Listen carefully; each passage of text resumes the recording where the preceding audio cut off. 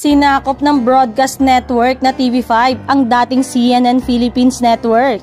Inilulunsad noong Huwebes ang RPTV, isang free-to-air channel na nagtatampok ng sports, balita at entertainment content.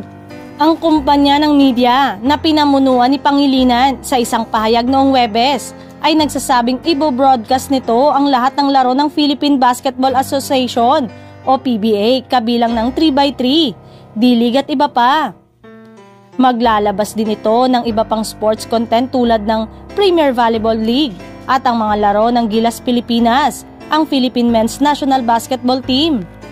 Dala ng channel ang sikat na noontime show na Itbulaga, hosted by TV veteran Tito Soto, Vic Soto at Joey De Leon among others. Ang RPTV ay magbo-broadcast ng lokal na comedy at action na serye at pelikula sa katapusan ng linggo.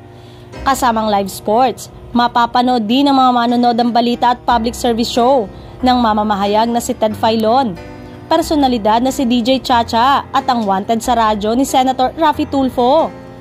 Ang pagsilang ng RPTV ay naaayon sa pangako na itaas ang mga pamantayan ng entertainment, sports at public service broadcasting sa Pilipinas. Sabi ng presidente at CEO ng TV5 na si Guido Saballero, kapanganakan ng RPTV ay magiging kapartner din ng ABS-CBN bilang content provider ng kanilang network. Ibig sabihin ay bukod sa TV5 ay may bigating serye rin ang mapapanood sa bagong RPTV.